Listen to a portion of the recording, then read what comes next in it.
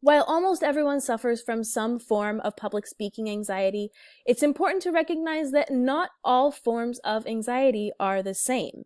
It's also important to recognize that experiencing this anxiety is perfectly normal. It's normal to be nervous about giving a public speech. So let's take a look at some of the sources that this public speaking anxiety can come from. First, it can come from trait anxiety.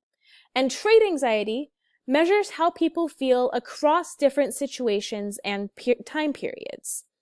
Basically, trait anxiety says that some people are just a little bit more disposed to communication apprehension than others. Regardless of the situation or the context or the audience that they're facing, they're going to feel a little bit nervous. But this nervousness can still be mitigated with enough practice and preparation. Anxiety can also come from the specific context that you're in. So if you suffer from context anxiety, this is anxiety that's prompted by specific communication contexts. And we look at the formality, the uncertainty, and the novelty of the contexts.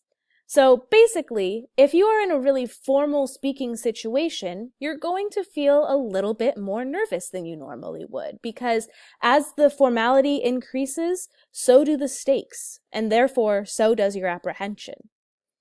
If you're uncertain about a certain situation that you're in, or you're unable to kind of control the flow of information in various contexts, that can cause uncertainty, which again causes anxiety.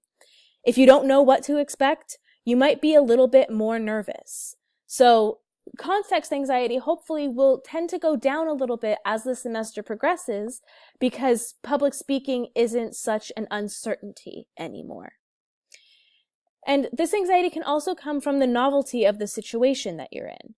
So most of us aren't experienced in public speaking. It's a brand new thing. So again, hopefully this anxiety will go down as the semester continues, because it won't be as new of a thing anymore. And the more opportunities that you take to practice your speech, the more certain that you will feel, and the less new that context will be for you. So we can mitigate it in that way. Next, we might feel anxious in front of certain audiences. So looking at different audiences can actually, or speaking to different audiences can change our reaction in a way. And so we look at the similarity of audiences, our subordinate status to audiences, the size of the audience, and our familiarity with the audience. So oftentimes we have an easier time speaking to peers who are similar to us, an audience of peers, rather than speaking to an audience that is more superior to us, or to a group that we are not as familiar with, right? So the more similar that we are to our audience, the more familiar we are with them, that can all change the amount of anxiety that we feel. We all prefer to talk to an audience that we believe shares our values more than one that does not. So we tend to like more similar audiences than dissimilar ones. In addition, we don't tend to like it very much when we are talking to someone who is superior to us. So we tend to feel a little bit more anxious when we're talking to a teacher or a boss, for example. Whenever we feel like we're being evaluated, we feel subordinate. And that can increase our anxiety. For some people, the larger the audience, the more threatening they may seem. So the size of the audience also plays a big role in how anxious we feel.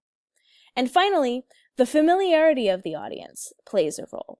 Some of us prefer talking to strangers rather than people that we know well, because we feel like the opinions of these strangers don't really matter at the end of the day, right? Because there's no long-lasting impact there. So we like talking to strangers because ultimately their